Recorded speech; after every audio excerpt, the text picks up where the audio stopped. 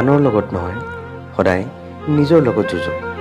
আপুনি সফলতা লাভ নকৰিব পাৰে, কিন্তু জীৱনৰ প্ৰতিটো আঘাতেই একোটা শিক্ষা দিয়ে, আৰু সেই শিক্ষাই আপোনাক সফলতা দিব।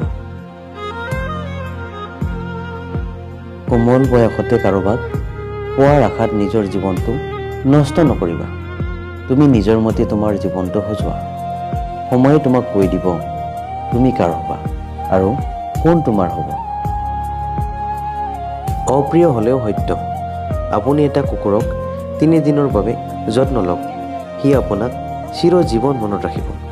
কিন্তু আপুনি এজন মানুহক 3 বছৰ যত্ন লওক, তেওঁ আপোনাক 3 দিনতেই পাহৰি যাব। তুমি কেতিয়াও এনেকুৱা ক'ব নোৱাৰা যে তোমাৰ হাতত সময় নাই, কাৰণ তোমাৰ বাবে যি 24 ঘণ্টা সময়, ঠিক সিমানেই 24 ঘণ্টা সফল লোকসকলৰ বাবেও।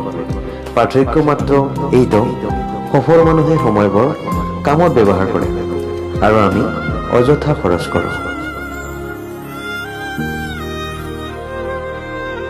সুখী হোৱাৰ একমাত্ৰ উপায়, 1 নম্বৰ, ক্ষমা কৰি দিয়া তাক, যাক তুমি পাহৰিব নোৱাৰা।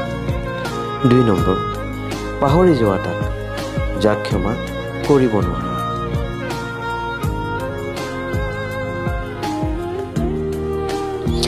অলপ মিচিকিয়াই হাঁহিলে যদি এখন ফটো ধুনীয়া হ'ব পাৰে, তেন্তে সদায় মিচিকি হাঁহি মুখত থাকিলে জীৱন সুন্দৰ নহ'ব কিয়?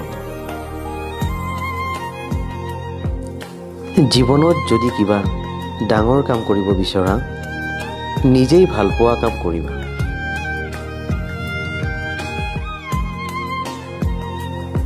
ধৈৰ্য এনেকুৱা এবিধ গছ যাৰ গোটেই গাতেই কাঁইট, কিন্তু ইয়াৰ ফল খুবেই সোৱাদযুক্ত।